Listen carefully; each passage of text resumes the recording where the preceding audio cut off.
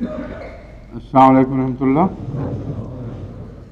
آج ہم اوپر تو فضا میں تو پہنچ گئے تھے پہلے ہی، مگر دوبارہ زمین پہ اترنا پڑا۔ کاغذ بھول کے میں اوپر چلا گیا تھا، بعض پہلی آیت والا حصہ لیتا تھا، وہ دفتر میں بند تھے، اس لیے 5 منٹ دیر ہو گئی۔ واپس نیچے آ کے پھر لے کے آیا ہوں۔ اعوذ باللہ من الشیطان الرجیم، بسم اللہ الرحمن الرحیم۔ وَإِذَا حَضَرَ الْقِسْمَةَ أُولُو الْقُرْبَى وَالْيَتَامَى وَالْمَسَاكِينُ فَارْزُقُوهُم مِّنْهُ وَقُولُوا لَهُمْ قَوْلًا مَّعْرُوفًا۔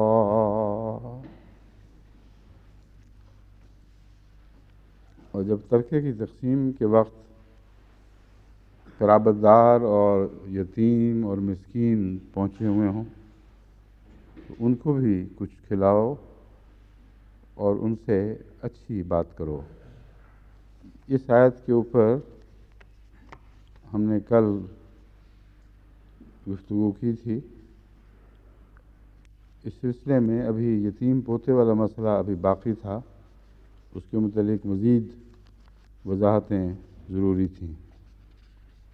چنانچہ میں نے ایک تو یہ کہا تھا کہ حضرت مولانا غلام رسول صاحب راجے کی کا ایک بڑا اچھا مضمون چھایا ہوا تھا، اس میں بھی وہ بھی آپ کے سامنے ان کے دلائل بھی رکھوں گا کچھ۔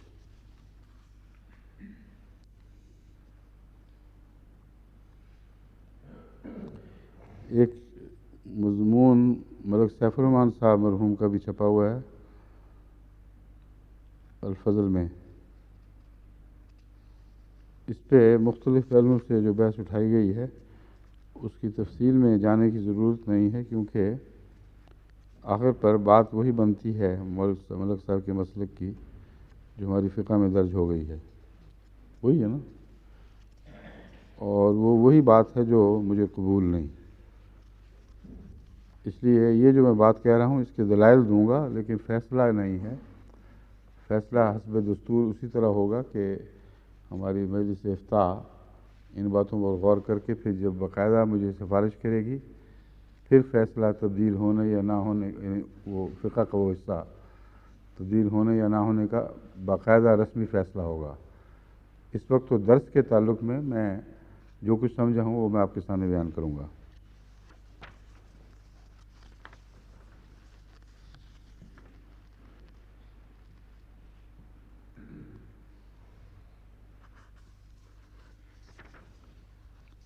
بہرحال مثلا ایک بات تو ملک صاحب کھل کر اپنے اس مضمون میں لکھتے ہیں کہ یتیم پوتے کی محرومی کا مسئلہ منصوص علیہ نہیں بلکہ اجتہاد پر مبنی ہے، جس میں خطا اور ثواب دونوں کا احتمال ہے۔ یعنی یتیم پوتے کا وارث ہونے کا مسئلہ کہنے کی بجائے یتیم پوتے کی محرومی کا مسئلہ، اس سے اندازہ ہوتا ہے کہ ان کا رجحان کس طرف ہے۔ لیکن جو فیصلہ کیا چونکہ دیانتداری سے ہے، اس لیے اپنے کیے ہوئے اثر کو پھر کاٹ دیا ہے، کیونکہ کہتے ہیں چونکہ منصوص ہے، اجتہاد پر مبنی ہے، جس میں خطا اور ثواب دونوں کا احتمال ہے۔ جب خطا اور ثواب کا احتمال ہو گیا تو ہونا نہ ہونا برابر ہو گیا، نہ اس کی سند نہ اس کی سند، پھر دلوانے کی بھی کوئی سند نہ رہی۔ اگر نہ دلوانے کی سند نہیں ہے تو حصہ دلوانے کی بھی پھر کوئی سند باقی نہیں رہتی۔ مگر یہ ضمنی بات ہے، میں اب آپ کو تفصیل سے اس مسئلے پر وہ باتیں سمجھاتا ہوں جو از خود ان مسائل سے فقہ کی موجودہ اس زمانے کی بحثوں سے جو چیزیں اٹھنی چاہیے اور جن پر واضح طور پر فیصلے ہونے چاہیے وہ میں آپ کے سامنے رکھتا ہوں۔ مختلف اسلامی ممالک میں اس سلسلے میں جو نیا رجحان ہے وہ پوتے کو کچھ دلوانے کا رجحان ہے، اور یہ دلیل کہ کیسے دیا جائے یہ مختلف ہے۔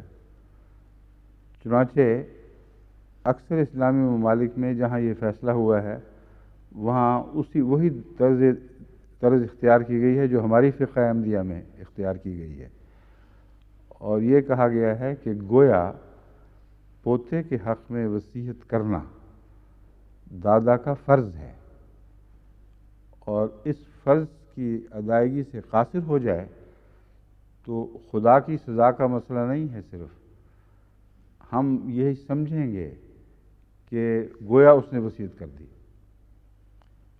اور اگر وصیت نہ کرے تو پھر پوتے پوتیوں کا حق ہے کہ وہ قضاء میں جا کے بھی یہ فیصلہ کروائیں، اور قضاء اس صورت میں لازماً یہ فیصلہ کرے گی کہ اس کا فرض تھا اس لیے وہ اس نے وصیت کر دی۔ اب یہ بہت پیچیدہ بات اٹھائی گئی ہے، فرض کیسے تھا؟ اگر فرض ایسا تھا کہ نہ بھی کرتا تو ہونی سمجھی جاتی تو قرآن کریم نے یہ کیوں نہیں کہہ دیا کہ ان کا حصہ ہے؟ یہ عجیب بات ہے کہ اس کو وصیت فرمائی جا رہی ہے کہ تم ان کے نزدیک، جو بالکل غلط ہے، میں آگے ثابت کروں گا کہ غلط بات ہے، ان کو وصیت کی جا رہی ہے کہ وہ شخص جس کا بیٹا مر جائے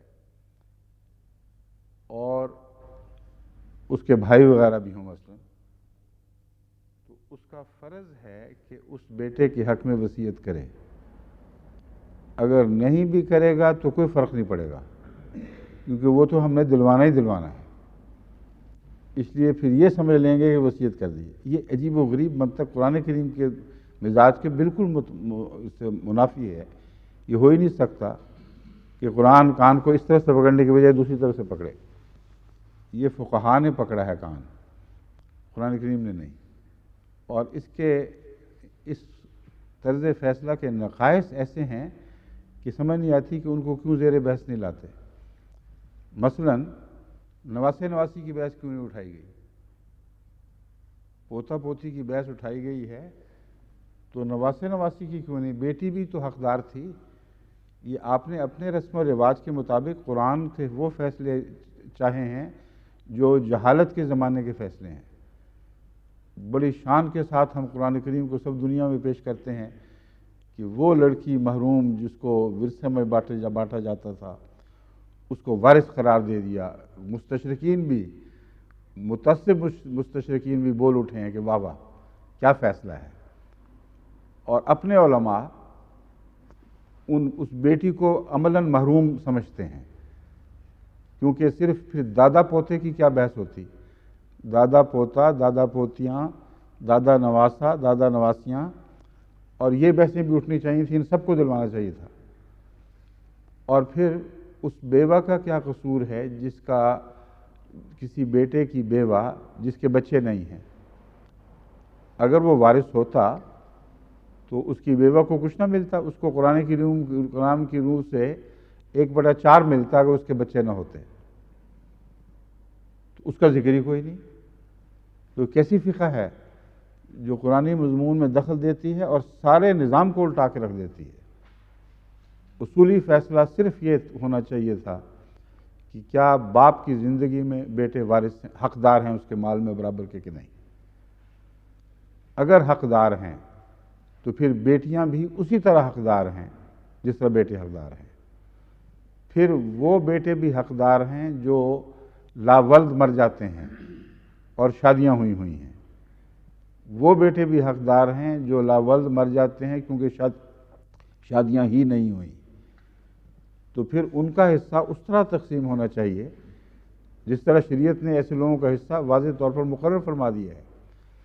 ایک آدمی کا بیٹا وارث ہوتا ہے، یعنی مرنے کے بعد تو تسلیم شدہ بات ہے، ان کے نزدیک وہ مرے یا نہ مرے، وہ شریعت اسلامیہ کے مطابق اپنے باپ کی جائیداد کا گویا ایسا ہی وارث ہے جیسے اس کی زندگی میں مر چکا ہو۔ تاخیر سے عمل ہو رہا ہے، انتظار ہے کہ وہ مرے تو پھر اس پر عمل ہو، یہ ہیلڈ ان سسپینس ہے، معاملہ سارا لٹکا ہوا ہے کہ والد مرے گا تو فیصلہ ہوگا۔ یہ اصول ہے جو انہوں نے تسلیم کیا۔ اب جو بیٹا لاولد مر گیا ہے یا شادی سے پہلے مر گیا ہے اس کو نکالیں گے کس طرح اس شخص سے؟ کوئی قانون، کوئی حق نہیں ہے نکالنے کا۔ اس لیے یہ پھر سمجھا جانا چاہیے کہ ایک بیٹا مر گیا چھوٹے ہوتے، دوسرا بیٹا مر گیا، ان دونوں کے حصے ان کو پہلے دیے جائیں، پھر اگر ماں زندہ ہو تو چونکہ وہ لاوالد مرتے ہیں تو ان کی ماں کا حصہ نکالا جائے، اور پھر باقی حصہ ورثاء میں اسی طرح حصہ رسی تقسیم کیا جائے جس طرح کلالہ کا حصہ تقسیم ہوتا ہے۔ اور کلالہ کا حصہ تقسیم ہونے میں ایک حصہ اس کا ایسا بھی ہوگا جو ان میں سے کسی کو بھی نہیں ملے گا، بہن بھائیوں وغیرہ کو کسی کو نہیں ملے گا، وہ ٹکڑا الگ رہ جائے گا۔ پھر بیوہ جیسا کہ میں نے بیان کیا ہے، وہ بیچاری وہ کیوں محروم ہے؟ میاں بیوی دو ہی ہیں ابھی، تو حادثے میں بیٹا فوت ہو جاتا ہے کسی کا، تو اس کی بیوہ کو باہر نکال دیں گے، یا جب وہ مرے گا تو پھر آئے گی واپس حصہ لینے کے لیے؟ اگر آئے گی تو کیا جواب دو گے اس کو؟ کیا اصول ہے؟ وہ لاوارث مرا تھا تو پھر جو بیٹے چھوڑ کے مرا وہ کیسے لاوارث نہیں مرا؟ تو سارا نظام وصیت قرآن کریم کا ان فیصلوں نے اکھاڑ کے تتر بتر کر دیا ہے، جو قرآن کریم کی تعلیم میں دخل دینے کا لازمی نتیجہ ہونا چاہیے تھا۔ اپنے جو جاہلانہ تصورات یا رواجات ہیں ان کی پیروی کی گئی ہے اور قرآن کو چھوڑ دیا گیا ہے۔ بنیادی اصول یہی ہے کہ ہر شخص اپنی زندگی میں مالک ہے، جو ورثہ پائے بغیر مر جائے وہ ورثہ پائے بغیر مر گیا، اور حادثات کے نتیجے میں ایک ہی خاندان میں اونچ نیچ ہو جایا کرتی ہے، اس کو روکنے کا کوئی بھی اختیار نہیں کسی کو۔ کوئی بچہ امیر ہو جاتا ہے، کوئی غریب ہو جاتا ہے، یہ کہاں سے نکالا ہے کہ ساروں کو برابر ضرور ایک ہی حال میں رکھا جائے، سب کے بچوں کو ایک ہی حال میں رکھا جائے؟ تو مالی اونچ نیچ اور حالات کا اختلاف یہ زبردستی یکساں کیا جا ہی نہیں سکتا۔ اسلامی نظام اور اس کی تقسیم میں، مالی نظام اور تقسیم میں کوئی کارل مارکس کا اصول کار فرما نہیں ہے۔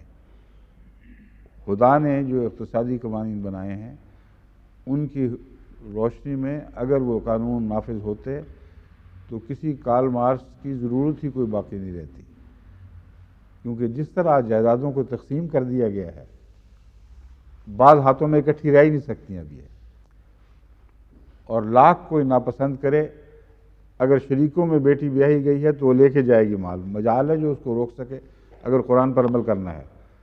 تو کہاں وہ صاحب جائیداد زمیندار ایسے پیدا ہوں گے جو رفتہ رفتہ جائیدادیں بڑھاتے چلے جائیں اور اس پہ قابض ہوتے چلے جائیں اور ایک حصہ لاوارث رہتا چلا جائے؟ یہ قرآنی تعلیم کی روح سے ممکن ہی نہیں ہے۔ اسی لیے سب سے کم اشتراکیت کے امکانات اسلامی ممالک میں، ان ممالک میں ہے جہاں اگرچہ پوری طرح شریعت پر عمل نہیں ہو رہا، مگر اس حد تک ہو رہا ہے کہ وہاں زیادہ اونچ نیچ ملتی ہی نہیں۔ اگر تیل کی دولت اچانک ظاہر نہ ہوتی اور اس پر بعض لوگوں نے غاصبانہ قبضہ نہ کیا ہوتا تو اسلامی ممالک میں کم سے کم اونچ نیچ ہے۔ اس کے مقابل پر ہر دوسرے ملک میں اونچ نیچ جو ہے وہ غیر معمولی طور پر ہے، کہیں دولتوں کے انبار کے پہاڑ بن گئے ہیں اور کہیں سطحیں گرتے گرتے بنیادی سطح سے جس پر انسان زندہ رہ سکتا ہے اس سے بھی نیچے گر گئی ہے۔ تو یہ باتیں اسلامی نظام کی روح کے سے تعلق رکھنے والی ہیں۔ جس نے پیدا کیا، جس نے نظام جاری فرمایا، وہی حقدار ہے یہ فیصلے کرے، اور رحم کے نام پر تمہیں اس کے معاملات میں دخل دینے کا کوئی حق نہیں، اور اگر دو گے تو پھر سارے نظام کو بگاڑو گے، وہ تمہیں کہاں سے حق مل جائے گا؟ للذکر مثل حظ الانثیین۔ اب یہ قانون ہے جو اگلی آیت کا عنوان بنا ہوا ہے، اور اس کو یہ لوگ کس طرح توڑتے ہیں۔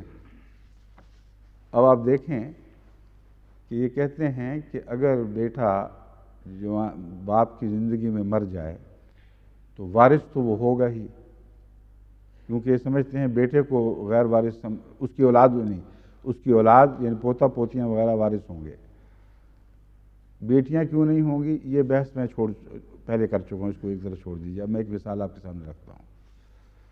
بیٹا کیونکہ وارث کے حکم میں تھا اس لیے وہ ضرور پائے گا، خواہ وہ مر بھی چکا ہو، اس کا حق ورثہ گویا اس کی اولاد میں منتقل ہو جائے گا۔ یہاں تک تو ابھی کوئی تضاد نہیں، مگر جب ان قوانین کو زیادہ وضاحت سے آگے پڑھیں تو یہ لکھتے ہیں کہ 1/3 سے زیادہ اس کو نہیں ملے گا۔ یعنی وہ بیٹا جو کسی کی جوانی میں، اس کی زندگی میں فوت ہو جائے اور پیچھے اولاد چھوڑ جائے اور اس کے اور بھی بیٹے اور بیٹیاں ہوں، تو مرنے والے بیٹے کو 1/3 سے زیادہ نہیں ملے گا۔ یہ 1/3 کا اصول کہاں سے آیا ہے، یہ ایک الگ بحث ہے، وہ بعد میں اٹھائی جائے گی، لیکن یہ تسلیم ہے ان لوگوں کو، جس کا مطلب پھر یہ بنتا ہے کہ اگر ایک بیٹی ہو اور ایک بیٹا ہو، ایک بیٹا مرنے والے کی زندگی میں پہلے مر چکا ہو، جس کا ورثہ تقسیم ہونا ہے، اس کی زندگی ہی میں اس کے موت سے پہلے مر چکا ہو، تو پیچھے کیا رہ گیا؟ ایک بیٹی، ٹھیک ہے؟ ایک بیٹی کا اگر رہ جائے تو اس کا نصف حصہ مقرر فرمایا گیا، وہ نصف کی مالک ہو گئی، اور جو بیٹا مر چکا ہے اس کی اولاد کو 1/3 سے زیادہ نہیں دیا جائے گا، تو بیٹی زیادہ لے گئی اور بیٹا کم لے گا اس قانون کے مطابق، کیونکہ یہ خدا کا قانون ہے، یہ ان لوگوں کا قانون ہے۔ 1/3 کے چکر میں پڑھ کر جب یہ نئے قانون کے ساتھ اس کو مطابقت کرنے کی کوشش کرتے ہیں تو عجیب و غریب نتیجے پیدا ہوتے ہیں، اور عجیب و غریب بات ہے، اگر وہ وارث تھا تو پھر اپنی بہن سے دگنا اس کو ملنا چاہیے، اپنی بہن کے برابر بھی نہیں ملا، اس سے بھی کم ملا، اور یہ ابھی قرآن کے مطابق ورثوں کی تقسیم کر رہے ہیں، اور یہی نقص ہماری فقہ میں پیدا کر دیا گیا ہے، اور جو میں بیان کر رہا ہوں اور آگے بیان کروں گا، اس کی روشنی میں دوبارہ افتتاح میں یہ مسائل پیش ہونے چاہیے۔ ہرگز قرآن کریم کی واضح قطعی روح کے منافی اپنے رحم کے نتیجے میں ہم فیصلہ کرنے کے مجاز نہیں ہے۔ اس ساری فقہ میں کہیں نواسہ نواسی کی بحث ہی نہیں اٹھائی ہوئی، پوتا پوتی پہ لگے ہوئے ہیں سارے۔ پوتا پوتی کہاں سے آ گئے بیچ میں؟ اگر قرآن کا اصول ہے تو پھر قرآن کے پیچھے چلو، لڑکی کا حق قائم کرو، پھر سارے تمام دوسرے حقوق جو اس تعلق میں قائم ہوتے ہیں وہ سارے قائم کرو، تب چاہے غلط فیصلہ بھی ہو کم سے کم یہ تو کہہ سکتے ہیں کہ تم نے دیانتداری سے غلطی کی ہے۔ لیکن اگر اس کو چھوڑ کر غلط فیصلے کرو گے جو قرآن کے منافی ہوں گے تو یا بے وقوفی سے غلطی کی ہے یا بددیانتی سے غلطی کی ہے، تیسرا کوئی حکم نہیں لگ سکتا۔ اس لیے اس کو تو یہ جو صورتحال ہے اس کو اسی طرح رہنے نہیں دیا جا سکتا جب تک اصولوں کے مطابق جو قرآن کے اصول ہیں اثر نو ان معاملات کو سلجھایا نہ جائے۔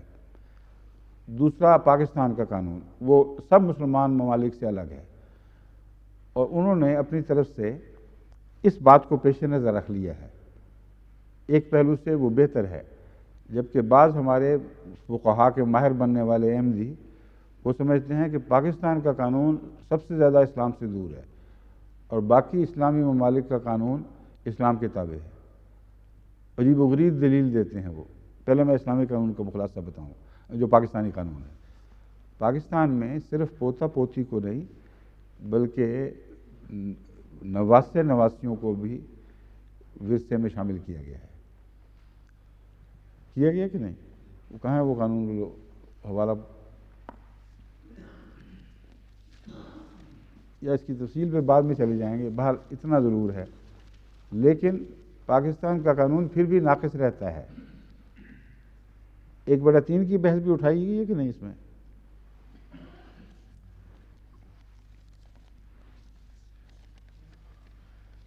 میں نے کہا تھا میرے پاس اس پورا پڑھنے کا وقت نہیں، آپ پڑھ لیں اور مجھے یہ بتا دیں یہ دو تین سیلینٹ فیچرز جو ہیں۔ نہیں ہے؟ ہاں دے دیں، خلاصہ نکال لیا ہے، ٹھیک ہے۔ پاکستان کا قانون obligatory bequest کے نام سے جاری ہوا ہے۔ جو دادا نانا ایسی وصیت نہ کر سکے تو عدالت اس کی اس طرح کارروائی کر سکتی ہے گویا اس نے کی تھی۔ یعنی یہاں بھی وہ 1/3 تو آپ ہی آ جائے گا، میرے ذہن پہ جو اثر یہ وجہ ہے، اس کی بنیاد انہوں نے وہی بنائی ہے جو ہمارے فقہا دوسرے فقہا نے بنیاد بنائی ہے کہ گویا اس نے وصیت کر دی، اور اسی قسم کی درخواست کو ہر دوسری رضاکارانہ درخواست پر ترجیح دی جائے گی جو کہ متوفی نے یا متوفا نے اصلاً اپنی وصیت میں کی تھی۔ جو قانون ہے انہیریٹنس بائی رائٹ کا نام دیا گیا ہے اس کو، اصل میں اوبلیگیٹری بیکویسٹ کے تابع اس قانون کو جاری کیا گیا، یعنی وہ وصیت جو لازم تھی اس کی روشنی میں جو قانون بنایا گیا اس کا نام ہے انہیریٹنس بائی رائٹ۔ قانون کے الفاظ یہ ہیں بیٹے یا بیٹی کی بیٹی، یہاں یہ جو حصہ پہلو ہے وہ اسلام کے قریب تر ہے بجائے اس کے کہ کہا جائے اسلام سے دور تر ہے۔ بیٹے یا بیٹی کی وفات کی صورت میں جبکہ وہ ترکہ کی تقسیم سے پہلے فوت ہوتا ہے تو متوفا کے بچے اگر اس وقت زندہ ہیں تو اسی حصہ کے وارث ہوں گے جن کا وارث ان کی ماں یا باپ بنتے اگر وہ زندہ ہوتے۔ اس میں پھر 1/3 کی وضاحت نہیں ہے، مگر اگر یہ اوبلیگیٹری ریکویسٹ کے تابع ہے، بیکویسٹ کے تابع ہے، تو یہ تمام ایسے فقہا جو اس کو تسلیم کرتے ہیں ان کے نزدیک مطلب یہ ہے کہ 1/3 سے زیادہ ایسی صورت میں باپ وصیت نہیں کر سکتا، کیونکہ جس وصیت کے آیت کی طرف وہ اس مضمون کو پھیرتے اور اس سے روشنی لے رہے ہیں بظاہر، اس کے تابع اس تمام فقہا کو تسلیم ہے کہ یہاں غیر وارث کی وصیت کی بات ہو رہی ہے۔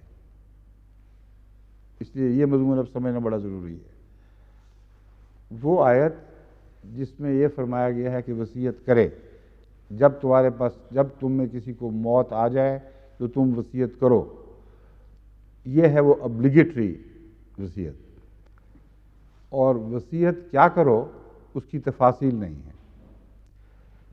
اس پر یہ بحث اٹھ کھڑی ہوئی کہ کیا قرآن کریم کی اس آیت نے اس وصیت کی آیت کو منسوخ کر دیا ہے جس میں تفصیل تھی کہ بیٹے اس طرح حصہ پائیں گے، بیٹیاں اس طرح حصہ پائیں گی، ماں اس طرح، باپ اس طرح، وغیرہ وغیرہ، یا اس آیت نے اس آیت کو منسوخ کر دیا ہے؟ کیونکہ اگر اس نے اس کو منسوخ نہیں کیا تو پھر یہ کیسے اس آیت کے خلاف وصیت کوئی کر سکتا ہے؟ اگر اس نے اس کو منسوخ کر دیا ہے تو پھر وصیت کر ہی نہیں سکتا، یہ آیت منسوخ شدہ فہرست میں نسیہ منسیہ ہو جائے گی۔ اس تضاد کو دور کرنے کے لیے، جو تضاد ہے نہیں دراصل، فقہا نے یہ بات سمجھ لی کہ یہاں غیر وارث کے حق میں وصیت ہے، ٹھیک ہے، اور وصیت جن لوگوں کے حق میں قرآن نے واضح کر دی اور کھول دی کہ بیٹا 2 حصے پائے گا، بیٹی 1 حصہ پائے گی، اس میں دخل اندازی کا حق یہ آیت نہیں دیتی، بلکہ ہر شخص کو اپنی جائیداد کا 1/3 حصہ تک غیر وارث کو دینے کا حق ہے۔ یہ وصیت ہے۔ یہ مضمون اپنی ذات میں ابھی مزید تحقیق طلب ہے۔ 1/3 کا حق کہاں سے نکالا گیا؟ قرآن کریم نے تو کہیں نہیں لکھا کہ غیر موسی کو 1/3 حصہ تک تم دے سکتے ہو۔ جہاں تک مجھے یاد ہے، جب ان باتوں کو پہلے زمانے میں تعلیم پڑھا تھا تو زیادہ تر بنا فقہا کی ان احادیث پر ہے جن سے پتہ چلتا ہے کہ حضرت صلی اللہ علیہ وآلہ وسلم نے بعض قربانیاں پیش کرنے والوں کو کہا کہ 1/3 سے زائد میں نہیں لوں گا، باقی تمہارے اپنے بچے ہیں، ان کے حقوق ہیں، ان میں تقسیم کرو۔ اس بنا پر اس سے ایک فقہی اصول بنایا گیا، اور اس بات کو بھلا دیا کہ خود ایسی ہی حدیثوں بلکہ اس سے مضبوط تر سند کی حدیثوں سے یہ بات ثابت ہے کہ حضرت ابوبکر رضی اللہ تعالیٰ عنہ نے جب اپنا سارا مال پیش کیا تو سارا قبول کر لیا گیا، اور حضرت عمر رضی اللہ تعالیٰ عنہ نے جب نصف مال پیش کیا تو نصف قبول کر لیا گیا۔ اور یہ جو سیرت کے تقارین ہیں اور سیرت کے مضامین، ان میں علماء بڑے جوش و خروش کے ساتھ پیش کرتے ہیں، اور صحابہ کے غیر معمولی، بعض صحابہ کے غیر معمولی حسن قربانی کو اس طرح ظاہر کرتے ہیں۔ اب یہ کیوں کیا گیا اور وہ کیوں قبول نہیں کیا گیا؟ اگر ایک جگہ قبول کیا گیا تو کیا اس کا یہ مطلب نہیں نکلتا کہ آن حضرت صلی اللہ علیہ وآلہ وسلم نے ہر قربانی کرنے والے کے اخلاص کے معیار کو پیش نظر رکھا اور اس کے دلی جذبے کو بھی پیش نظر رکھا، اس کے اپنے خاندان سے تعلقات کو بھی پیش نظر رکھا، اور ایسے فیصلے فرمائے جو آن حضرت صلی اللہ علیہ وآلہ وسلم کی فراست سے تعلق رکھتے تھے۔ کوئی فقہی فیصلہ نہیں فرما رہے،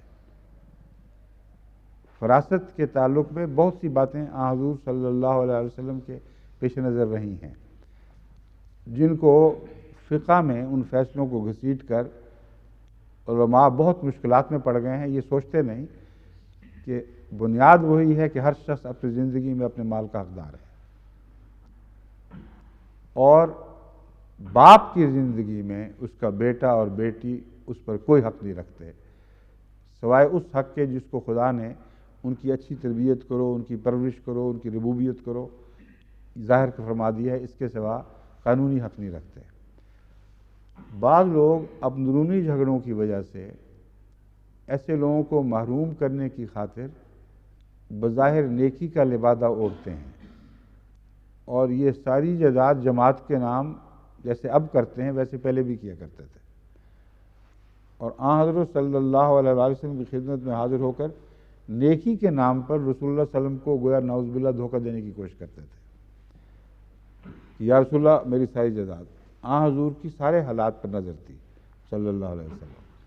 آپ جانتے تھے کہ بعض لوگوں میں اتنا اخلاص و اخلاص کوئی نہیں ہے، یہ لڑائی ہے، بدخلق لوگ ہیں، اپنے بیوی بچوں کو محروم کرنا چاہتے ہیں، اور یہ جائز بات نہیں۔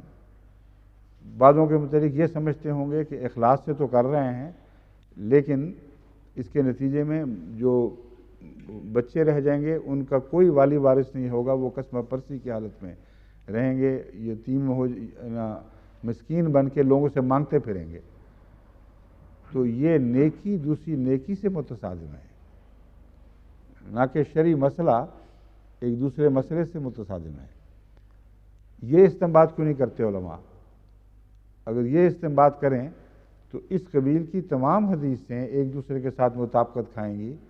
حضرت ابو بکر سے پورا وصول کر لیا، ان کے خلوص پر بھی کامل یقین، اور اس بات پر بھی یقین کہ ان کی اولاد در بدر دھکے نہیں کھائے گی، وہ کچھ الہی بشارات کے نتیجے میں ہوگا یا اپنی فراست کے نتیجے میں۔ جب یہ یقین تھا تو لیا، اور ان کی اولاد نے کبھی بھیک نہیں مانگی پھر کبھی کسی سے۔ حضرت عمر رضی اللہ تعالیٰ سے نصف وصول کیا جو جتنا انہوں نے دیا، اور ان کے اخلاص کو قبول فرمایا۔ باقیوں کے متعلق یہ فیصلہ کیا کہ اگر ان کی نیکی کے طور پر میں یہ وصول کر لوں تو یہ نیکی بعض بچوں کے حق میں بدی بن جائے گی، اور اپنے بچوں پر تو بے رحمی، جو قرابت دار ہیں جن کا خدا تعالیٰ نے بار بار ذکر فرمایا ہے، اور دوسرے مقاصد اعلیٰ مقاصد کو اس طرح ترجیح دے دینا کہ ایک نیکی دوسری نیکی کا گلا کاٹ رہی ہو، اس کو قبول نہیں فرمایا۔ اور یہ جو مضمون ہے یہ ہر فیصلے کے ساتھ آن حضرت صلی اللہ علیہ وسلم کے ساتھ منسلک ہوتا چلا جاتا ہے، اور اگر آپ باصول فیصلے کریں تو آن حضور کے فیصلوں میں کہیں تضاد دکھائی نہیں دے گا۔ بعض جنگوں کے موقع پر جب رزق کی کمی اس حد تک پہنچی کہ بعض کھا سکتے تھے اور بعض بھوکے مر جاتے، وہاں آپ نے سب سے منگوا لیا اور کلیتاً ہر ایک سے لے لیا۔ وہاں انفرادی ملکیت کے حق کو اگر چھوڑا گیا ہے تو کیوں چھوڑا گیا ہے، یہ سوال پھر اٹھتا ہے۔ اس کی وجہ صاف نظر آ رہی ہے وجہ یہ ہے کہ قرآن کریم نے بعض بنیادی حقوق ایسے انسان کے قائم کیے ہیں جن کے بعد اگر ان حقوق سے کسی کی دولت ٹکراتی ہے تو اس حد تک وہ اپنی دولت کا مالک نہیں رہتا۔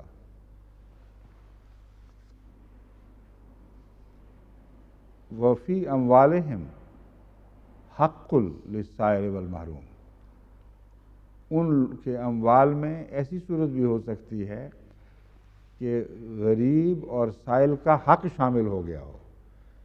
اس کا جو چاہے کوئی اور ترجمہ کرے، رسول اللہ صلی اللہ علیہ وسلم کی یہ حدیث اس آیت کا یہ مضمون ہمارے سامنے رکھ رہی ہے کہ اگر اموال لوگوں کی ملکیت ہوں لیکن وہ ان کے کھاتے پیتے میں دوسرے لوگ بھوکے مر رہے ہوں، تو جو بنیادی حق خدا تعالیٰ نے قائم فرمایا ہے آدم کے زمانے سے شریعت کے آغاز میں کہ تم کھاؤ گے پیو گے پہنو گے اور ننگے نہیں رہو گے، بے چھت کے نہیں رہو گے، اس قانون سے جب وہ ذاتی ملکیت کا حق ٹکرائے گا تو یہ سمجھا جائے گا کہ ان کا حق ان زائد دولت رکھنے والوں کے حق میں داخل ہو گیا ہے۔ بس ایسے موقع پر جب کہ اجتماعی صورت میں دولت چند ہاتھوں میں بڑھ گئی ہو اور بقیہ دولت باقیوں کی کم از کم ضرورتیں پوری کر سکتی ہو، کسی کو اسلام حق نہیں دیتا کہ ان سے زبردستی چھینے، کیونکہ یہ اقتصادی نظام کمیونزم پر مبنی نہیں ہے۔ لیکن جب بعضوں کے بنیادی حقوق سے محروم ہونے کا خطرہ ہو تو اس وقت اس آیت کا یہ معنی ہوگا کہ ان کا حق شامل ہو گیا۔ چنانچہ رسول اللہ صلی اللہ علیہ وسلم نے فرمایا کہ کسی کے پاس زیادہ ہے وہ لے آئے، تھوڑا ہے وہ لے آئے، اور سب کو اکٹھا کیا اور پھر برابر تقسیم کر دیا، جو روزمرہ کی زندگی میں نہیں ہوتا تھا۔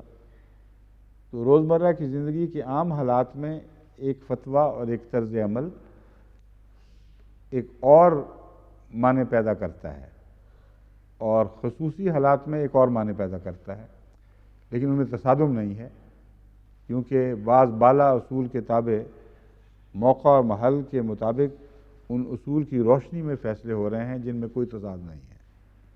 یہ صورتحال ہے جو 1/3 والے حصے پر بھی اطلاق پاتی ہے۔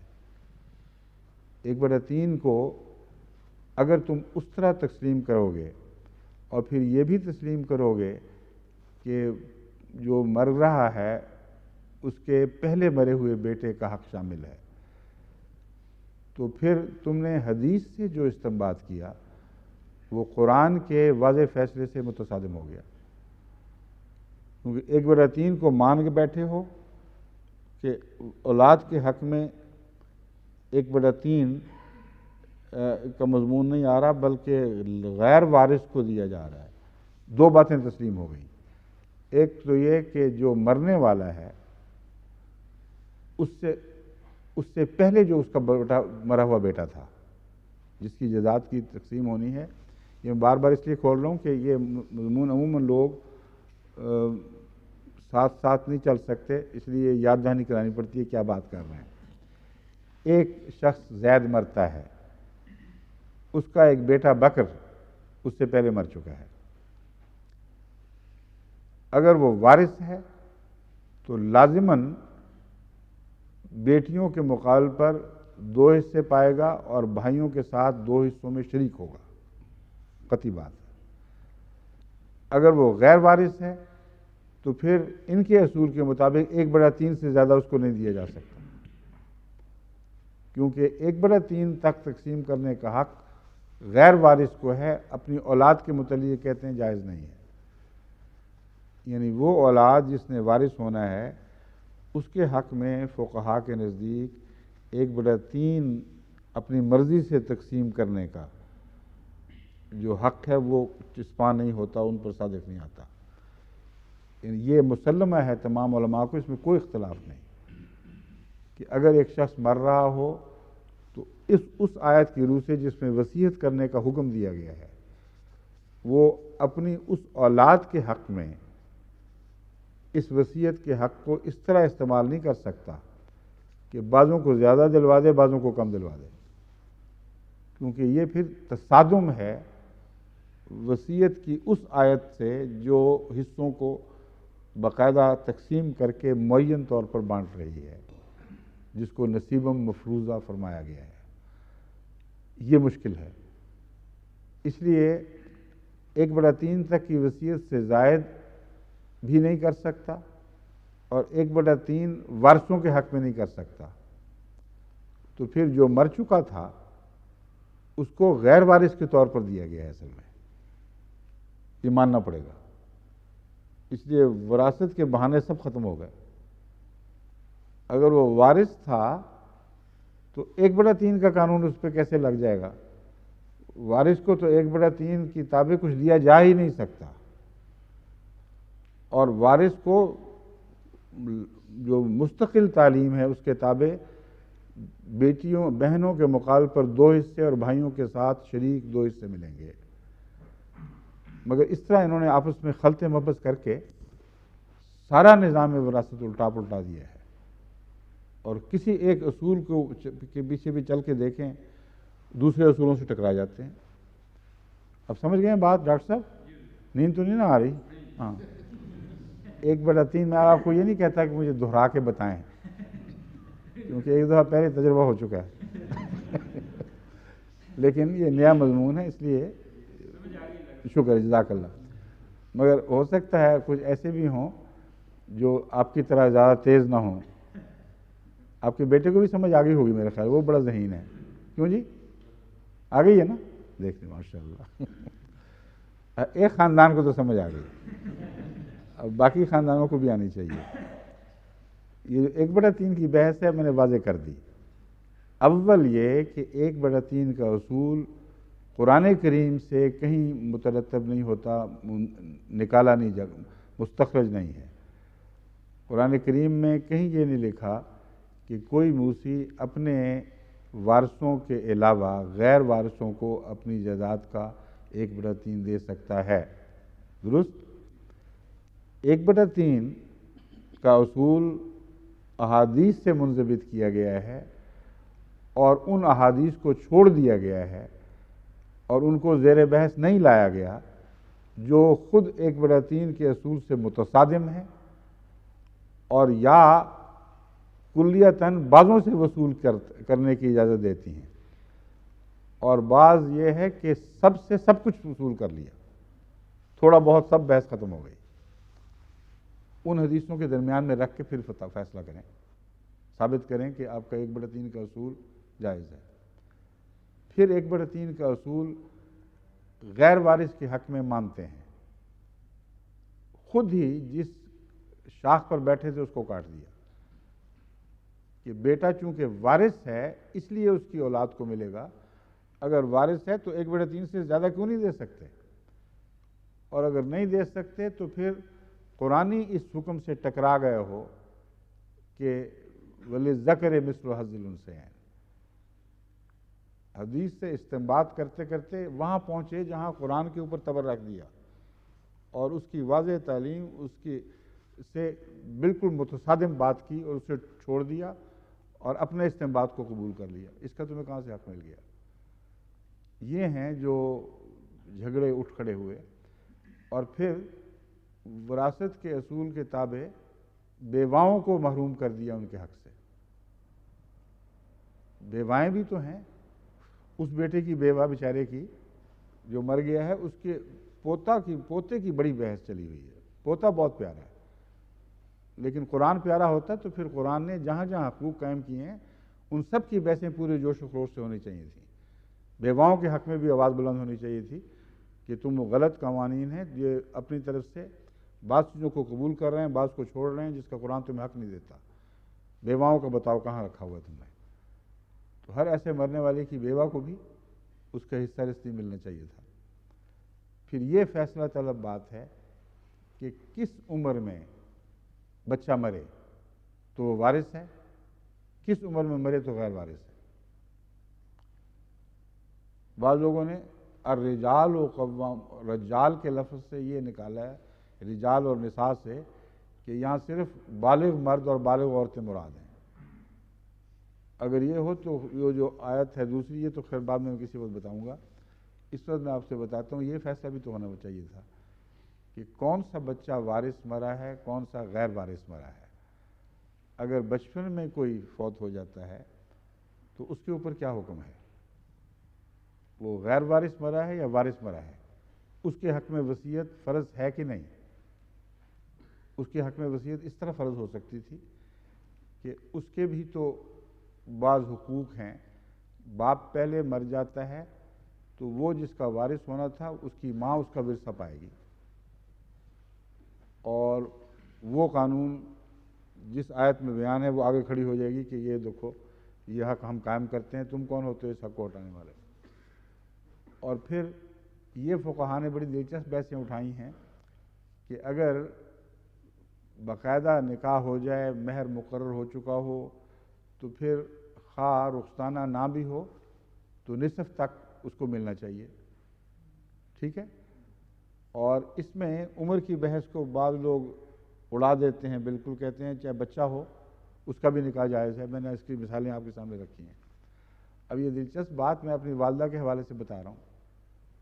حضرت مسیح موعود علیہ السلام کے زمانے میں حضرت صاحبزادہ مرزا مبارک احمد صاحب کے ساتھ میری والدہ کا نکاح ہوا اور باقاعدہ ان کی بیوی بنی، اور اس نکاح میں حق مہر وغیرہ حضرت مسیح موعود علیہ السلام نے لازماً رکھا ہوگا۔ یہ ہو ہی نہیں سکتا کہ مسیح موعود علیہ السلام اس کو نہ رکھتے۔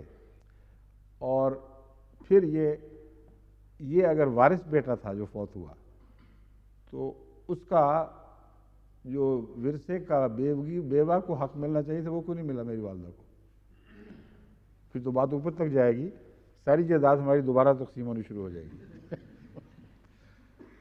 تو جہاں بھی اسلام کے قوانین میں اپنی سوچوں اور اپنی جھوٹی ہمدردیوں سے دخل اندازی کریں گے اور سارا نظام درمرم ہو جائے گا۔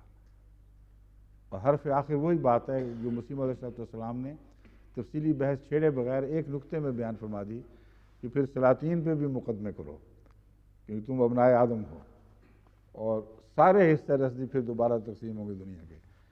اس لیے یہ سب جھگڑے جو ہیں بالکل اپنی دلی تمناؤں یا جو فقہ پڑی ہوئی ہے اس کے اثرات کے نتیجے میں ہو رہے ہیں۔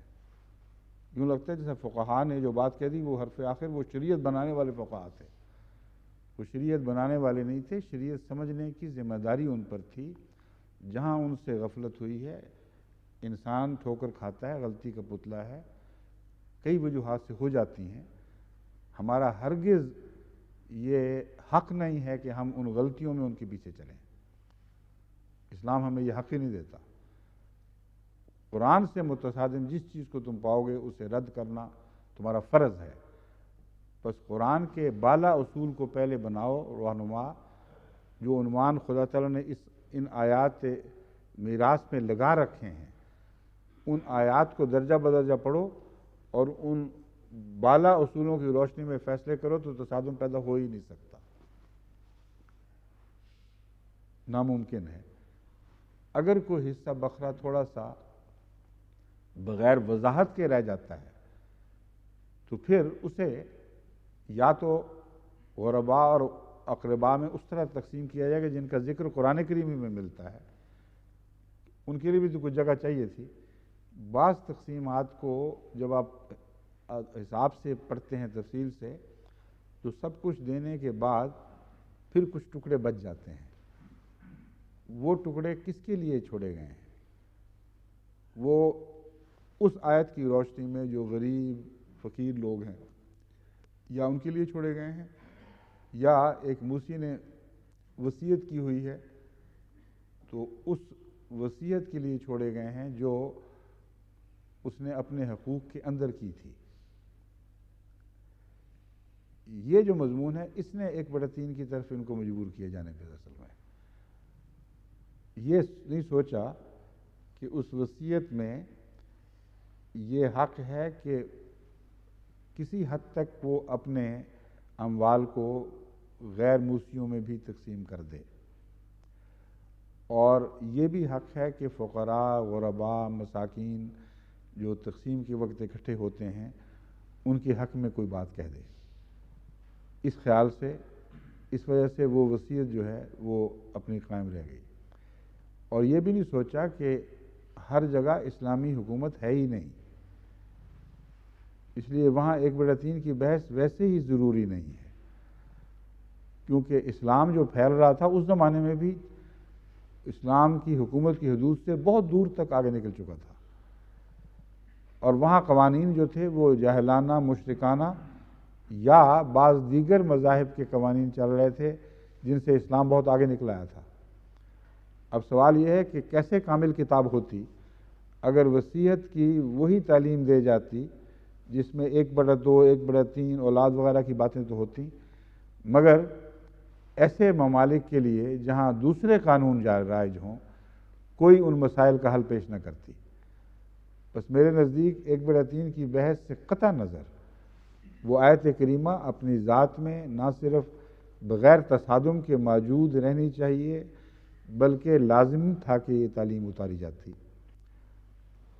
بس ایسے ممالک جیسے انگلستان ہے، جیسے جرمنی ہے، جیسے افریقہ کے ممالک ہیں، چین ہے، جاپان ہے، جہاں کے قوانین وصیت اولاد کے حق میں بالکل اور فیصلے کر رہے ہیں، وہاں یہ فرض ہو جائے گا کہ مرنے والا مرنے سے پہلے وہ وصیت کرے جس وصیت کی قرآن نے اس کو تعلیم دی ہے۔ بس کتبہ کا مطلب یہ نہیں ہے کہ اپنے اس بچے کے حق میں وصیت کرے جو پہلے مر گیا، یہ زبردستی کی تعیین کی گئی ہے، اس کا کوئی جواز بھی نہیں یہاں سے نکلتا۔ کتبہ کا مطلب یہ ہے کہ لازم ہے اس پر وصیت کرنا جس کو یہ خدشہ ہو کہ انصاف نہیں ہوگا میرے مرنے کے بعد اور قرآنی ہدایات پر عمل نہیں ہوگا، اس کا فرض ہے کہ قرآنی ہدایات کے مطابق وصیت کرے۔ اس وصیت میں یہ حصہ شامل ہے کہ اقربا کا بھی خیال رکھنا، حصوں کی تقسیم نہیں ہے، اس لیے یہ عرف میں چھوڑا گیا، معروف کے مطابق باتیں ہیں، اور وہاں چونکہ قرآن نے حصے مقرر نہیں کیے اس لیے آپ کو بھی حصہ مقرر کرنے کی ضرورت نہیں۔ مرنے والا خود سمجھتا ہے کہ میں اسلامی تعلیم کے مطابق وصیت کی تاکید کر بھی جاؤں تو کچھ اور اقربا ہوں گے، کچھ اور لوگ ہوں گے جن کے حق میں مجھے کچھ کہنا چاہیے کیونکہ قرآن مجھ سے تقاضا کرتا ہے، اس کے لیے حصے کی اور نسبت کی کوئی پابندی ظاہر نہیں فرمائی گئی۔ پھر اگر جھگڑے ہوں تو اس کے گواہی کا نظام کیسے ہوگا، کون کس کے خلاف گواہی دے گا، کتنے آدمی اکٹھے ہوں گے، اگر کوئی جنگل میں ہے تو کیا کرے گا، وغیرہ وغیرہ، وہ سارے احتمالات کو پیش نظر رکھ کر تمام دنیا میں ہونے والے امکانات کو وصیت کے نظام نے اپنے گھیرے میں لے لیا ہے۔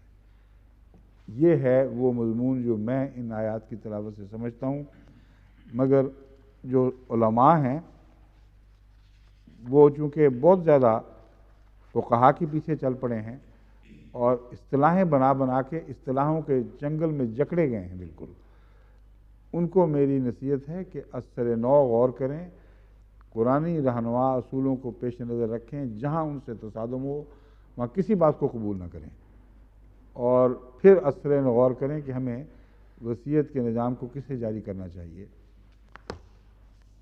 حضرت مولوی غلام رسول صاحب راجے کی بہت گہرے عالم تھے اور بہت ہی وسیع نظر تھی، یعنی آپ کا تقویٰ اور علم دونوں کا مقام اتنا بلند تھا کہ صحابہ میں ان کو ایک غیر معمولی حیثیت حاصل ہے، غیر معمولی شان ہے۔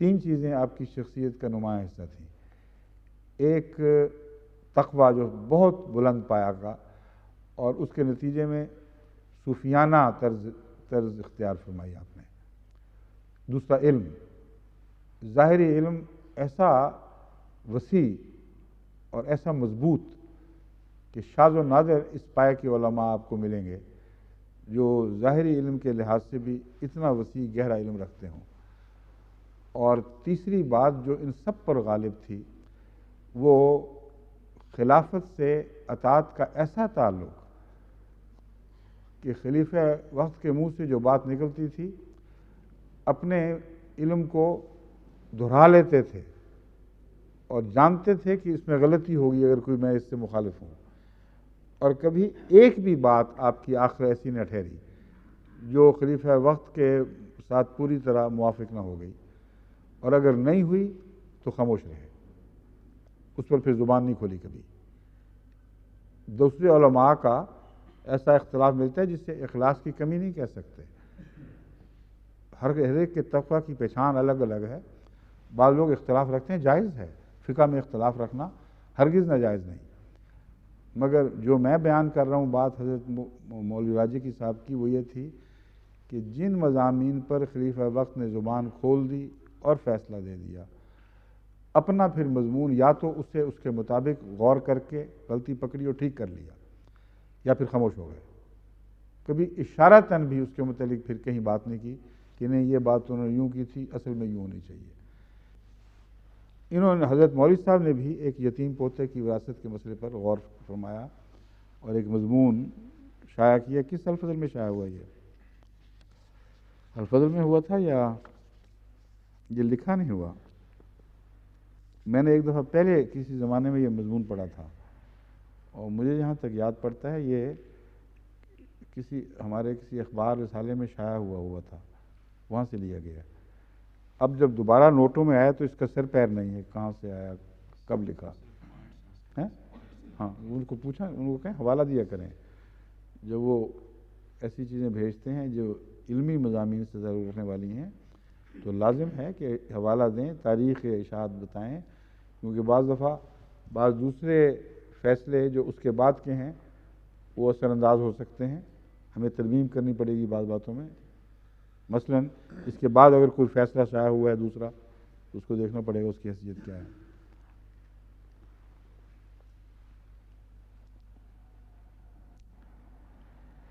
میت، آپ نے ایک اصول یہ بیان کی، خلاصہ یہ ہے میت کے ورثاء اقربیت کی بنیاد پر وارث قرار پاتے ہیں. اس اصول کے تحت میت کے والد کی موجودگی میں دادا وارث نہیں ہوتا.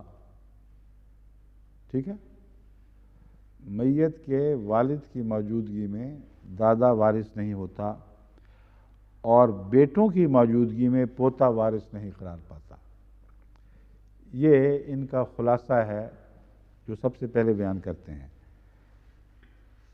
حضرت زید بن ثابت رضی اللہ تعالیٰ عنہ کے قول مندرجہ بخاری، لا یرث ولد الابن مال ابن، اس بات کی تائید ہوتی ہے. یہ حدیث ان معنوں میں تو نہیں ہے، اثر ہے دراصل، کہ حدیث اور اثر کا فرق یہ ہے کہ حدیث میں آن حضرت صلی اللہ علیہ وآلہ وسلم کی طرف کوئی معین ہدایت کی جاتی ہے، منسوب کی جاتی ہے. جو آپ نے فرما دیا وہ حدیث ہے. بعض صحابہ نے آن حضرت صلی اللہ علیہ وآلہ وسلم کے اقوال اور آپ کے عمل کی روشنی میں ایک استنباط خود کیا ہے.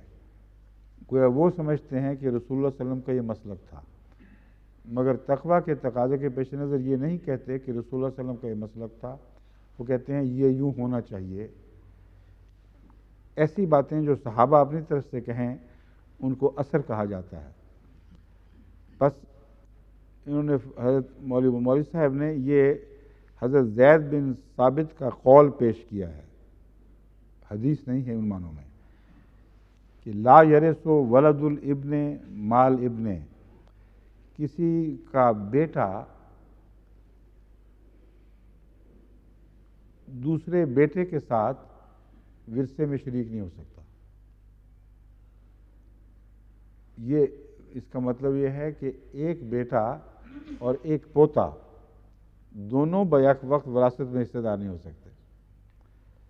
یعنی سب بیٹے مر چکے ہوں تو پھر جو پہلا قریبی ہے اس کے نہ ہونے کے نتیجے میں ایک دوسرے اثر کے تابع پوتوں کو جائیداد جا سکتی ہے یا نواسوں کو بھی جا سکتی ہے.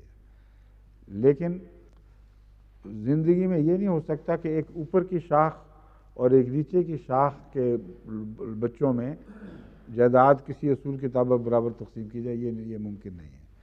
اور یہ بات حضرت زید کی گہرے غور اور اس زمانے کے حالات پر نظر ڈالنے کے بعد کا نتیجہ ہے، جو میں نے جیسا کہ بیان کیا میرا اپنا یہی مسلک ہے.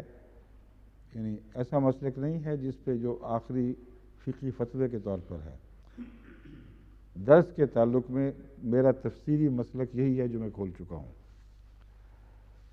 صحابہ کرام، دوسری بات یہ اٹھائی ہے، صحابہ کرام سے لے کر آج تک کے علماء کا اتفاق کہ یتیم پوتا وارث نہیں قرار پاتا،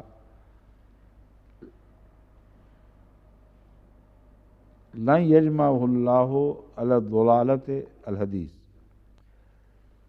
یہ ایک دوسری بات آپ نے یہ پیش فرمائی ہے کہ آج کل کے زمانے میں جو رجحان ہو گیا ہے پوتے کو وارث قرار دینے کا، یہ ایک نیا رجحان ہے.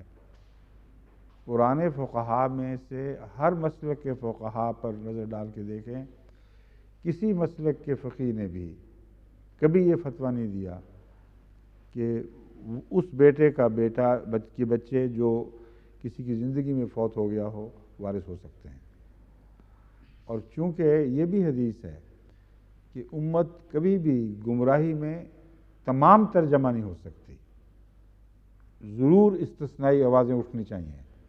یہ ناممکن ہے کہ ساری امت، جو اجماع کہا جاتا ہے جس کو، اس کو ایک اور رنگ میں حضرت مولوی صاحب پیش فرما رہے ہیں کہ گمراہی پر اجماع نہیں ہو سکتا، ناممکن ہے. بس پرانے فقہا کا اس بات پر اتفاق، یہ ہمارے فقہا پیش بھی نہیں کرتے، زیر بحث نہیں لاتے. دیکھا آپ نے، یہ حضرت مولوی صاحب نے جو بڑی گہری نظر رکھی تھی، یہ بات لازماً پوری تحقیق کے بعد کہی ہے. تیسری بات آپ یہ فرماتے ہیں، اگر شفقت کو بنیاد بنایا جائے، جیسا کہ میں کہہ رہا ہوں کہ شفقت بنائی ہوئی ہے صرف، تو پھر یتیم نواسے کو نانا سے، یہ وہی دلیل مولوی صاحب نے اٹھائی ہے. اور یہ میں آپ کو یہ بتا رہا ہوں کہ چونکہ حضرت مولوی صاحب کی سوچ قرآن کے حدیث کے مطابق تھی، اس لیے یہ نہیں ہے کہ میں پہلے وہ پڑھ کر یاد کر کے پھر آپ کو بتائیے بات.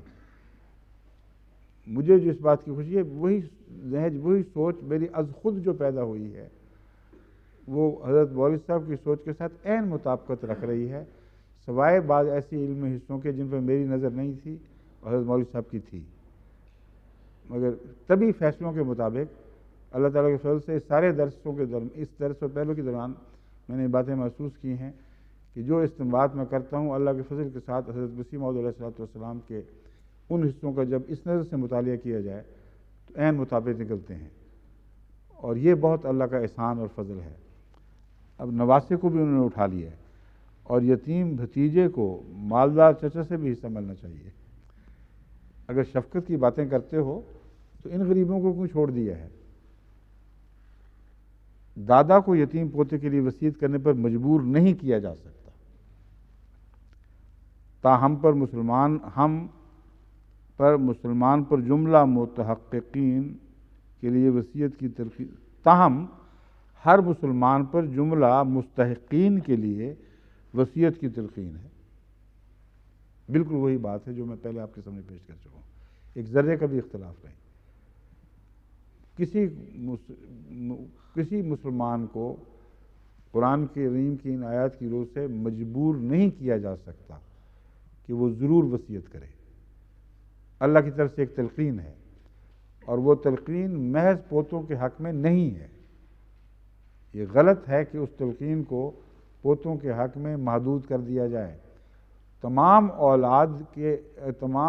اولاد بیٹیوں کے حق میں بھی ہوگی، اور تمام یتامہ اور مستحقین اور اقربا جو بالعموم خاندان سے تعلق رکھنے والے لیکن غربا ہیں، ان سب کے حق میں تلقین ہے. تو پھر جیسا ان سے سلوک کرو گے ویسا پوتوں سے بھی کرو. لیکن پوتے کے حق میں جہاں تک غیر وارث کے حق میں کچھ کہنے کا تعلق ہے، یا نواسے کے حق میں جہاں تک غیر وارث کے حق میں کچھ کہنے کا تعلق ہے، یہ بتانا ضروری ہے کہ یہ اولا ہے. بہرحال اولیت اسی کو ہے، اور اگلی آیت اسی مضمون کو تقویت دے رہی ہے کہ دیکھو یتامہ کے حقوق کا خیال رکھنا. ان بچوں کے یتامہ جو تمہارا وارث ہوئے بغیر مر گئے ہیں، وہ سب سے زیادہ مستحق ہیں. کس حد تک ان کو دیا جا سکتا ہے، یہ بحث ایک الگ بحث ہے. یہ 1/3 والی بحثوں کی مزید چھان بین کے بعد جب کوئی قطعی اصول طے ہو جائے گا، پھر وہ ٹریٹ ہوں گے تو غیر وارث کے طور پر ہوں گے. اور غیر وارث کے طور پر ٹریٹ ہوں گے تو ایسا ہی تعلیم نہیں دی جا سکتی کہ وہ جو ورثاء قرآن کی روشنی میں ان سے زیادہ حصہ پا جائیں، کیونکہ حصوں کو الٹانے کی بھی ہمارے پاس کوئی دلیل نہیں ہے۔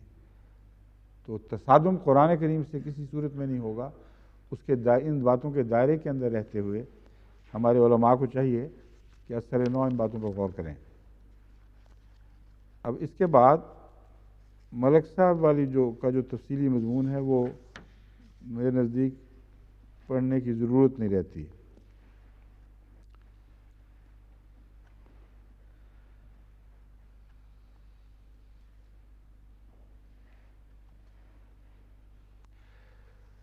جو دلائل دیے ہیں وہ وہی بنا رہی ہیں بات جو در حقیقت حضرت مولوی راجگیر صاحب کے مضمون میں بھی آ گئی، میں بھی بیان کر چکا ہوں۔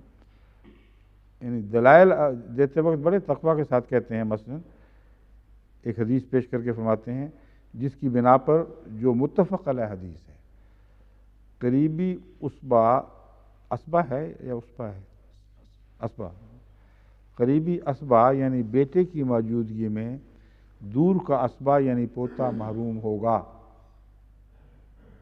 دیکھ لیا آپ نے، بالکل یعنی نتیجہ بالکل صحیح نکالا، لیکن آخر پر اپنے رحم کے نتیجے میں رستہ وہ نکالا دوسرا کہ ہر دادا پر فرض ہے کہ وہ اس پوتے کے حق میں وصیت کرے جس پوتے کو قرآن کریم لازماً حصے دار اور وارث قرار نہیں دیتا۔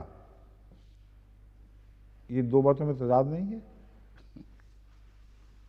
یعنی نتیجہ نکالتے وقت بالکل صحیح نکالتے ہیں، کیونکہ آخر ایک بہت بلند پایا متقی بزرگ تھے، مگر وہ تاثر جو ہے نا، اس دور کا تاثر، لوگوں کی باتیں، یہ ڈر کہ قرآن کریم پر یہ اعتراض نہ ہو کہ وہ پوتوں کو چھوڑ دیا گیا، اور اسی قسم کے معاشرتی دباؤ جو نیک نیت تھی اور نرمی پر مبنی تھے۔ ملک صاحب کا دل بڑا نرم تھا، تو اس وجہ سے انہوں نے اپنے آپ کو ایک اور رستے سے دخل دینے کی اجازت دے دی۔ وہ وہی جس کو بعض دوسروں نے اٹھایا کتبہ کہہ کے فرض قرار دے دیا، اور فرض بھی ایسا کہ اگر نہیں کرتا تو قضا لازماً کروائے گی۔ تو وصیت کا کیا مطلب ہے؟ اگر لازم بھی کروانا ہے تو پھر حصہ مقرر ہو گیا۔ یہ ہے جی وصیت کا مضمون۔ اب حضرت ابراہیم علیہ السلام میں دیکھ رہا تھا، بعض باتیں دوسری بھی کہنے والی ہیں۔ حضرت ابراہیم علیہ السلام کا ذکر کرتے ہوئے میں نے آپ سے وعدہ کیا تھا کہ حضرت ابراہیم کا اپنا تاثر کیا تھا جب آپ کو خوشخبری ملی ہے، اور ان کی بیوی کا تاثر کیا تھا جب ان کو یہ خوشخبری ملی ہے۔ حضرت ابراہیم علیہ السلام کا تاثر یوں بیان ہوا ہے، وَنَبِّئْهُمْ عَنْ اعوذ باللہ من الشیطان الرجیم بسم اللہ وَنَبِّئْهُمْ عَنْ ضَيْفِ ابراہیم اذ دخلوا علیہ فقالوا سلاما۔ ابراہیم کے مہمانوں کے متعلق بھی خبر دے ان کو، یعنی دنیا کو بتا دے کہ اصل واقعہ کیا ہوا تھا۔ اذ دخلوا علیہ فقالوا سلاما، وہ مہمان جب وہ ابراہیم کے گھر میں داخل ہوئے، علیہ سے مراد اس پر داخل ہوئے نہیں، مراد ہے آپ کے گھر میں داخل ہوئے یا آپ کے سامنے حاضر ہوئے۔ علی وجہ ہی کا مضمون بھی ہوتا ہے، اس لیے علی کا لفظ استعمال ہوا ہے کہ آپ کے سامنے حاضر ہوئے۔ قالوا سلاما، انہوں نے کہا سلام۔ قال انا منکم وجلون، انہوں نے فرمایا کہ جواب میں سلامن تو فرشتوں نے کہا ہے، یہ جو داخل ہونے والے تھے، تو کہا انا منکم وجلون، ہم تم سے کچھ ڈر رہے ہیں، اے آنے والو تم سے ہم کچھ خوف رکھتے ہیں۔ قالوا لا توجل، کوئی خوف نہ کرو۔ یہ جو خوف رکھتے ہیں کہ مضمون ہے، یہ معلوم ہوتا ہے حضرت ابراہیم علیہ السلام کو پہلے سے یہ اندازہ ہو گیا تھا کہ قوم کی بد کرداری کی وجہ سے اس کی سزا کا فیصلہ ہو رہا ہے، یا حضرت لوط کے حالات سے آپ واقف تھے اور یہ ڈر تھا کہ کچھ ہونے والا ہے۔ تو سلام کے جواب میں کہتے ہیں ہمیں آنا تو خوش آمدید، لیکن کچھ ڈرتا ہوں کہ کوئی بات ہے اس کے پیچھے، کوئی تکلیف دہ بات ہے۔ تو انہوں نے فرمایا کہ تمہیں کیا اس تکلیف دہ بات سے؟ لا تعجل انا نبشرک بغلام علیم، بالکل نہ ڈر، ہم تجھے ایک بہت بڑے عالم بیٹے کی خوشخبری دے رہے ہیں۔ اس کے جواب میں فرماتے ہیں قال بشرتمونی علی ان مسنی الکبر فبما تبشرون، کیا تم مجھے خوشخبری دیتے ہو ایسی صورت میں کہ مجھے بڑھاپے نے آ لیا ہے، مسنی میں چھو گیا ہے بڑھاپا، مطلب یہ نہیں کہ بالکل ابھی شروع ہوا ہے، مسنی الکبر کا مطلب ہے بڑھاپے نے آ لیا ہے۔ اردو میں یہاں مسل عذاب وغیرہ کا جو محاورہ قرآن کریم میں ہے انہی معنوں میں ہے، گویا میرے جسم میں داخل ہو گیا، مجھے چھو گیا ہے۔ فبما تبشرون، تو تم مجھے کس بنا پر، فبما کا ایک ترجمہ ہے کس بنا پر تم یہ خوشخبری دے رہے ہو۔ قالوا بشرناک بالحق فلا تکن من القانتین، انہوں نے کہا ہم تجھے حق کے ساتھ بشارت دے رہے ہیں، فلا تکن من القانتین، بس نا امیدوں میں سے نہ ہو جو مایوس ہو جایا کرتے ہیں۔ یعنی بڑھاپا کی طرف جو اشارہ کیا تو انہوں نے یہ سمجھا کہ فرشتے نے یہ سمجھتے ہیں کہ اپنے بڑھاپے کی وجہ سے مایوس ہیں۔ حضرت ابراہیم اس کو غلط قرار دیتے ہیں۔ قال ومن یقنط من رحمت ربہ الا الضالون، یہ کیسے ممکن ہے کہ گمراہوں کے سوا دوسرے لوگ بھی خدا کی رحمت سے مایوس ہو جائیں؟ تو ناممکن ہے، یہ بات کیا کر رہے ہو؟ یہ بات نہیں ہے، کچھ اور باتیں پیش نظر ہوں گی۔ ان باتوں میں یہ بھی ہو سکتی ہے کہ بڑھاپے کی اولاد کو پیچھے کون سنبھالے گا، ان کی تربیت اس طرح ہو سکے گی کہ نہیں جس طرح میں چاہتا ہوں اور جس کے لیے میں دعائیں کرتا رہا ہوں، کیونکہ جب بھی آپ نے دعا کی ہے اس میں اولاد کے حق میں غیر معمولی طور پر نیک ہونے اور خدا اور رسیدہ ہونے کی دعائیں شامل تھیں، اور جب دعا نہیں بھی کی اور خدا تعالیٰ نے آپ کو اپنی ذات کے متعلق خوشخبریاں دیں تو من ضروریت ہی ساتھ لگا دیا ہر جگہ کہ میری اولاد کو بھی، اولاد تھی یا نہیں تھی اس سے قطع نظر وہ ساتھ ہی مانگ لیا ہے۔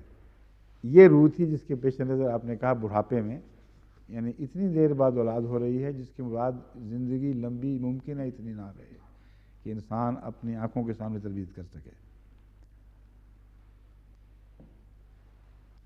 اب دوسری آیت میں لیتا ہوں ذاریات سے، سورہ الحجر کی آیت تھی، آیات 25 تا 31 میں ہے الذاریات میں، هل اتاک حدیث ضیف ابراہیم المکرمین، کیا تجھے ابراہیم کے معزز مہمانوں کی اطلاع نہیں ملی؟ کیا یہ خبر نہیں تجھے پہنچی؟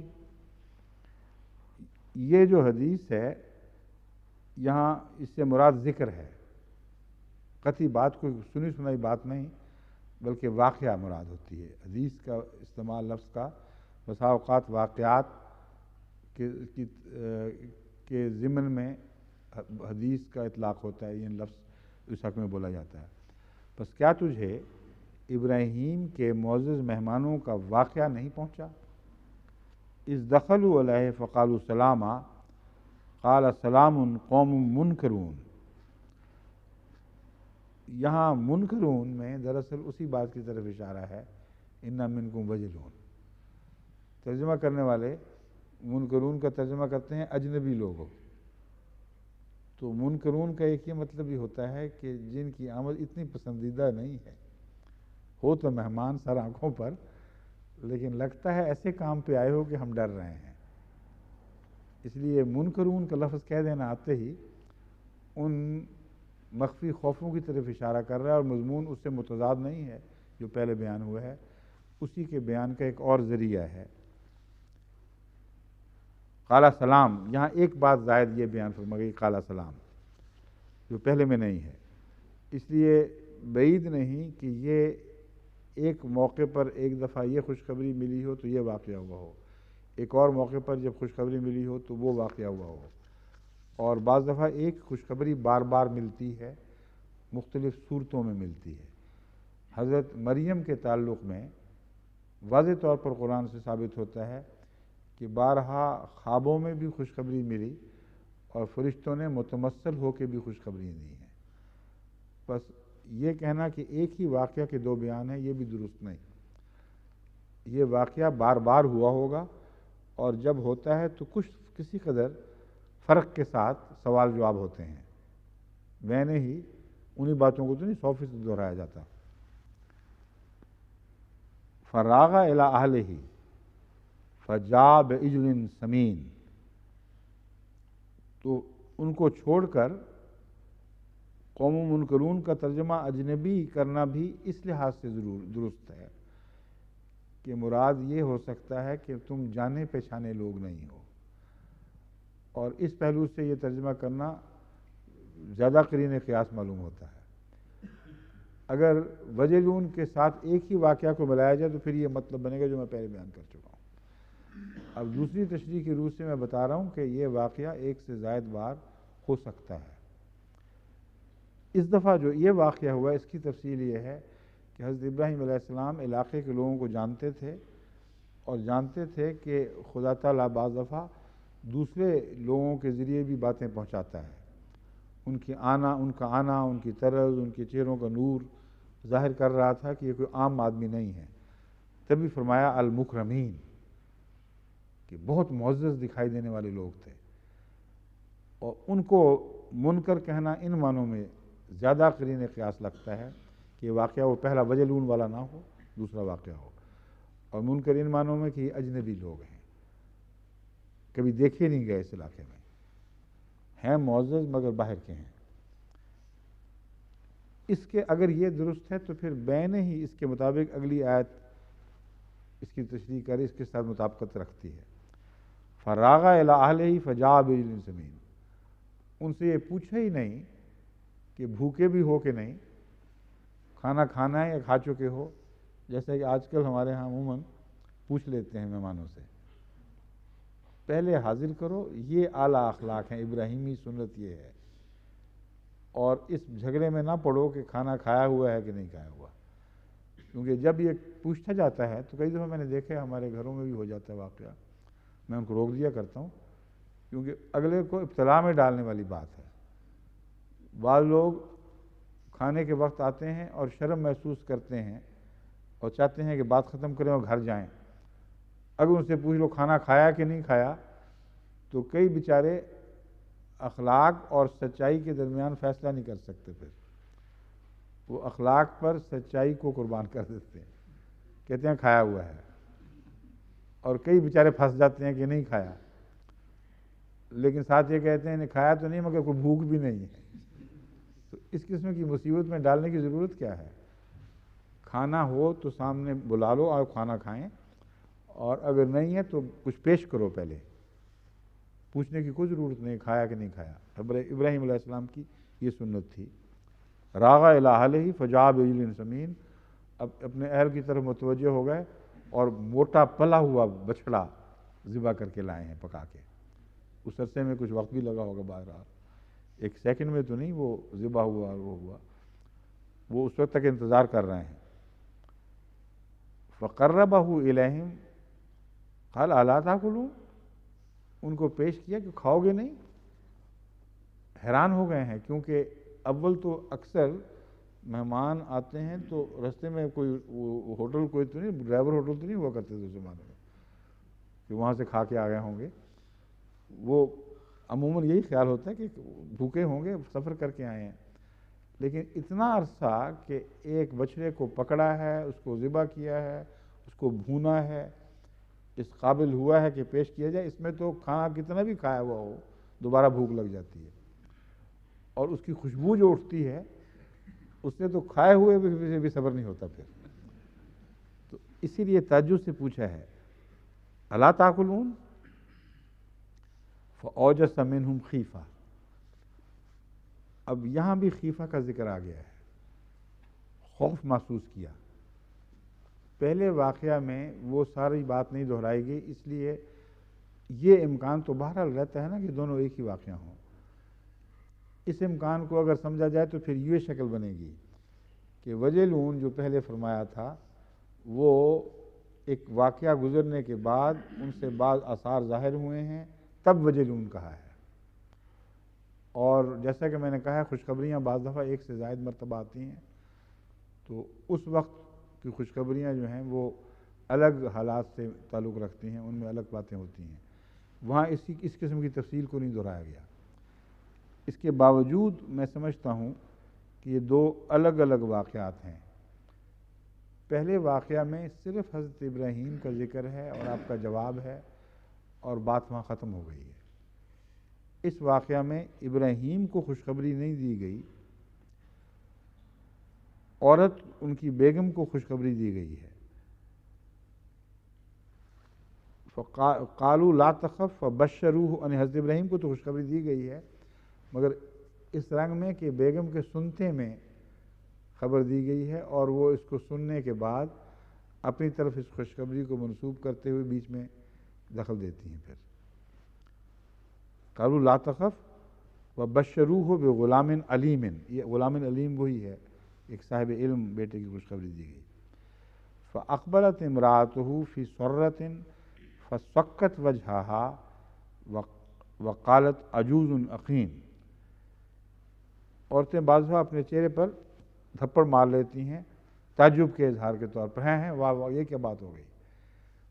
اور یہ جو عورتوں کا رجحان ہے یہ قدیم سے چلا آ رہا ہے، اس لیے کچھ اس میں مشکل کوئی نہیں ترجمہ کرنے میں،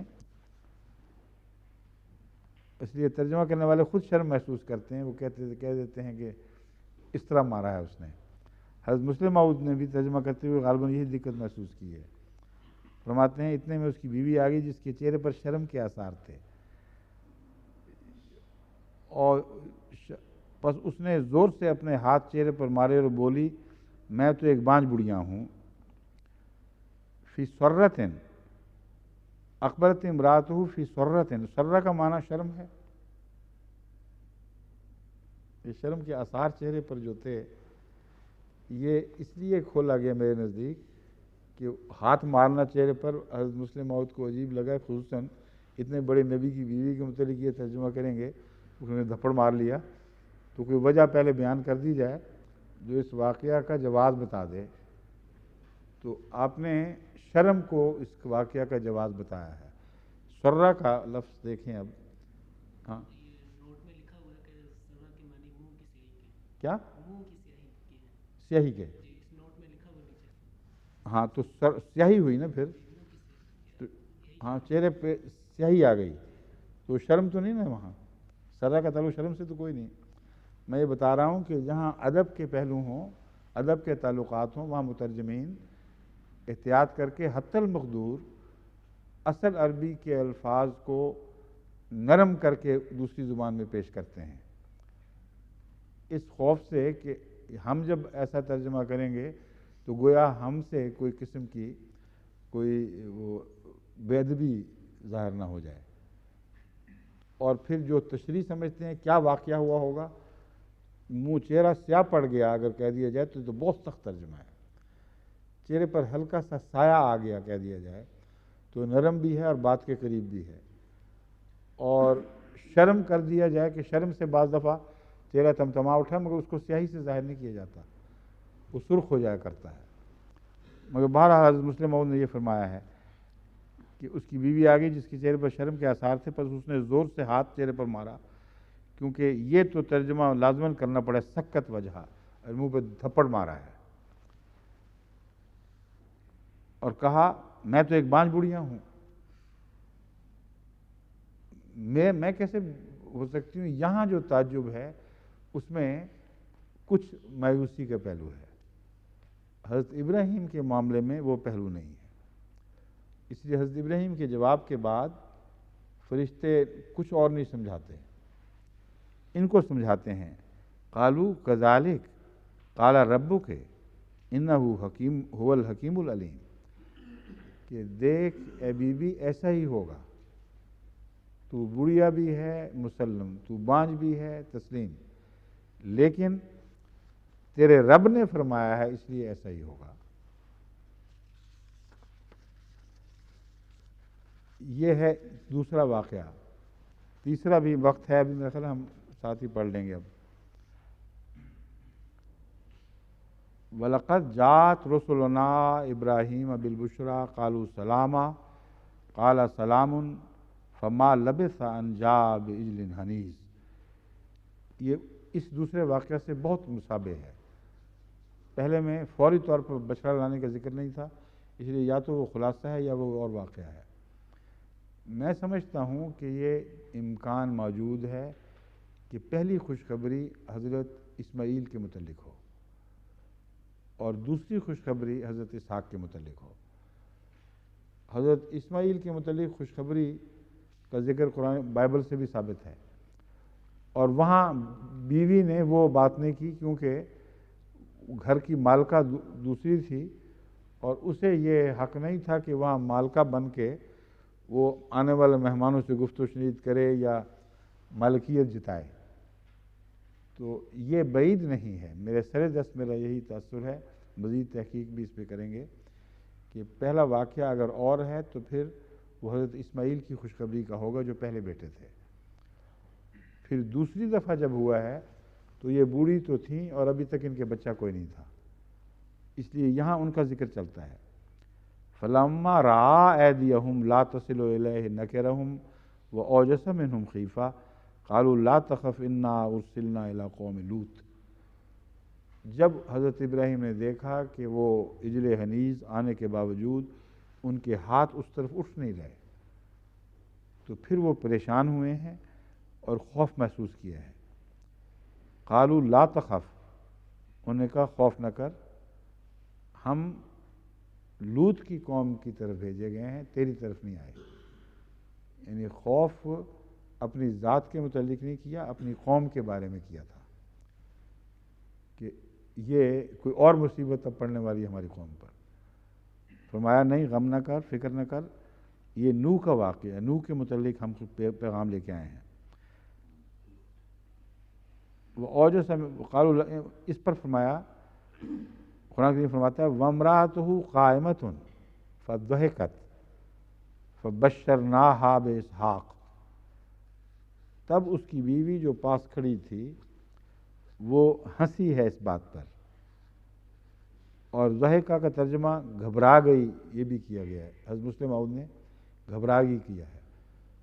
ضحکت کے 3 ترجمے ممکن ہیں، ایک ہے گھبرا گئی، ایک ہے ہنس پڑی، اور ایک ہے حیض جاری ہو گیا، اور یہ ترجمہ بھی اس موقع پر چسپاں ہو سکتا ہے۔ یعنی ایسی عجیب خبر تھی کہ بعض دفعہ بعض عورتوں کے بند حیض ایک اچانک حیرت انگیز خوف یا خوشی کی خبر سے دھکا لگنے کے نتیجے میں جاری ہو جاتے ہیں، اور بعضوں کے دودھ جاری ہو جاتے ہیں۔ بس عورت کے رحمی جو اعضاء اللہ تعالیٰ نے عطا فرمائے ہوئے ہیں بچے کی تعلق میں، وہ چھاتیاں ہوں یا رحم ہو، ان پر بہت بڑے واقعہ یا بہت بڑی اچانک خبر سے ضرور اثر پڑ جاتا ہے۔ تو یہ بھی ممکن ہے کہ وہی خبر اثر انداز ہو گئی ہو، اور اس سے ملتا جلتا مضمون حضرت مریم کے تعلق میں بھی بیان ہوا ہے کہ جب وہ فرشتہ خبرو آیا تو کوئی واقعہ گزرا ہے حضرت مریم کے اندر جس نے کچھ تبدیلیاں پیدا کر دی ہیں۔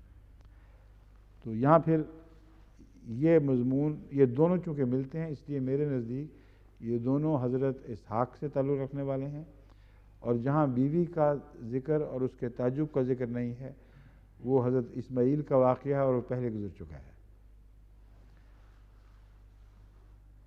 وَامْرَأَتُهُ قَالَتْ يَا وَيْلَتَا أَأَلِدُ وَأَنَا عَجُوزٌ وَهَٰذَا بَالِي شَيْخًا إِنَّ هَٰذَا لَشَيْءٌ عَجِیب۔